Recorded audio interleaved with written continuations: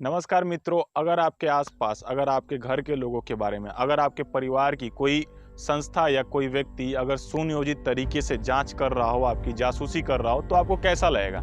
जाहिर तौर पे आपको यह बात सुनकर थोड़ा अजीब लग रहा होगा कि मैं ऐसा क्यों कह रहा हूँ। लेकिन दोस्तों, बात सिर्फ आपके घर, आपके परिवार तक सीमित नहीं है। बात देश के उन तमाम बड़े बड़े दिग्गज पदों पर बैठे हुए लोगों की है जिनकी जासूसी चीन कर रहा है। जी हाँ दोस्तों, झेनयान नाम की एक कंपनी जो है कई महीनों से जो है भारत के तमाम दिग्गज पदों पर आसीन लोगों की जासूसी कर रही है, उनसे जुड़ी तमाम जानकारियां जुटा रही है और उन जानकारियों को जो है धीरे धीरे वो रणनीतिक तौर पर भारत के खिलाफ इस्तेमाल करेंगे। इस बात में कोई अंदेशा नहीं है।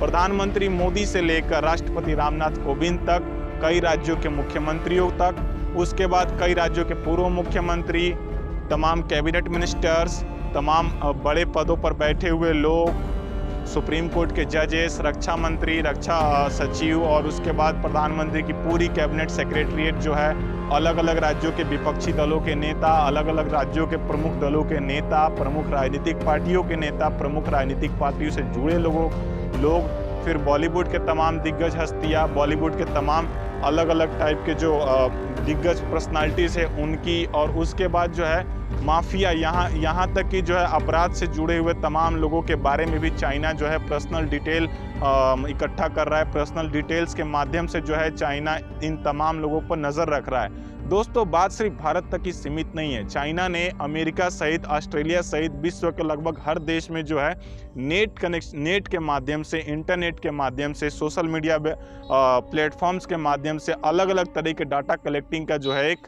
अपना जो है इस सिस्टम स्टार्ट कर दिया है। चाइना की झेनयांग कंपनी जो है इन सब कामों में व्यवस्थित तरीके से जुटी हुई है और ये बहुत चिंता की बात है, क्योंकि ऑस्ट्रेलिया में भी कुछ ऐसी सिचुएशन है। वहाँ के भी प्रधानमंत्री से लेकर विपक्षी दलों के नेताओं से लेकर बहुत बड़े स्तर पर जो है तकरीबन ऑस्ट्रेलिया में 35,000 लोगों की जो है पर्सनल डिटेल्स को जो है चाइना फॉलो कर रहा है। इसके अलावा अमेरिका पर भी जो है इसी तरह चाइना गिद्ध दृष्टि जमाए हुए है। भारत पर भी चाइना इसी तरह से नज़र रख रहा है। द इंडियन एक्सप्रेस की रिपोर्ट के मुताबिक, जो कि फ्रंट पेज पर छपी हुई थी और बहुत ही सनसनीखेज स्टोरी थी, उसके मुताबिक जो है चाइना जो है भारत के तकरीबन 10,000 दिग्गज पर्सनालिटीज़ को जो है कवर कर रहा है। दिग्गज पर्सनालिटीज़ के तमाम सोशल मीडिया अपडेट्स को फॉलो कर रहा है, उनसे जुड़ी जानकारियाँ ले रहा है, वो कहाँ जाते हैं, क्या करते हैं, यहाँ तक की जानकारी चाइना के पास है। और इस तरह की तमाम जानकारियाँ जो है चाइना के पास है। लेकिन सबसे बड़ी बात यह है दोस्तों कि चाइना और भारत में बहुत लंबे समय से कॉन्फ्लिक्ट है, संघर्ष है,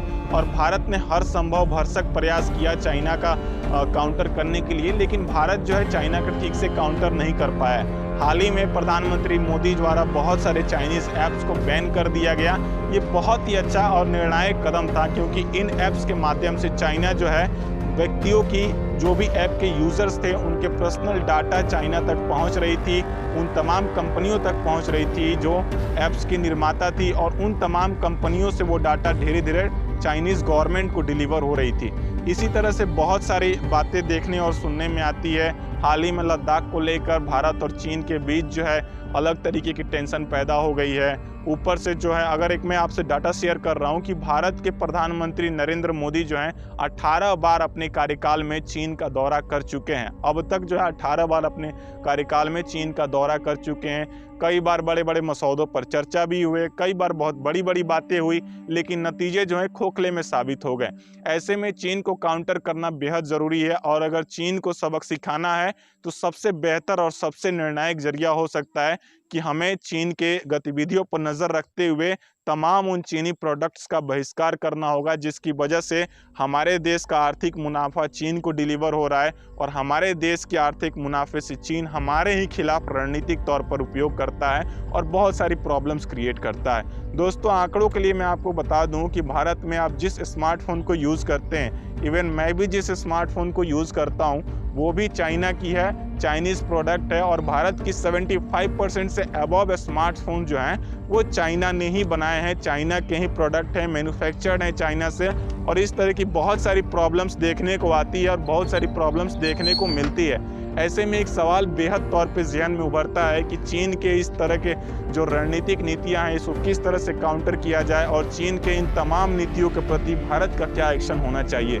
दरअसल चीन जो है डाटा को लेकर और निजता के अधिकार को लेकर बहुत बड़े पैमाने पर मनमानी कर रहा है। व्यक्तियों के निजी डाटा से लेकर उनके सार्वजनिक जीवन से जुड़ी तमाम जानकारियों को चीन जो है इकट्ठा कर रहा है और इन सभी जानकारियों के माध्यम से एक नया टर्म जो है देखने और सुनने को मिलता है, हाइब्रिड वार, यानी ऐसी लड़ाई जो प्रत्यक्ष तौर पर सेना के माध्यम से न लड़ी जाए बल्कि ऑनलाइन डिजिटल लड़ी जाए। दोस्तों, बी एवर अबाउट दिस, बहुत सावधानी की ज़रूरत है और मुझे अफसोस है, मुझे ही नहीं देश के तमाम लोगों को अफसोस होना चाहिए कि ऐसे संवेदनशील और गंभीर मसले पर भारत की मीडिया अब तक चुप्पी साधे हुए है। इक्के दुक्के अखबारों में यह खबर छपी, इंडियन एक्सप्रेस ने यह सनसनीखेज खुलासा किया, फिर भी मैंने जब यूट्यूब पे इसको सर्च किया तो मीडिया में इसको लेकर कोई अपडेट नहीं है। 1 मिनट से थोड़ी बहुत अधिक चर्चा किसी एक मीडिया चैनल पर हुई है और उसके बाद इन सभी बातों पर चर्चा नहीं हुई है। क्या देश की सुरक्षा, अखंडता और संप्रभुता से जुड़ी और भी कोई मसले हैं?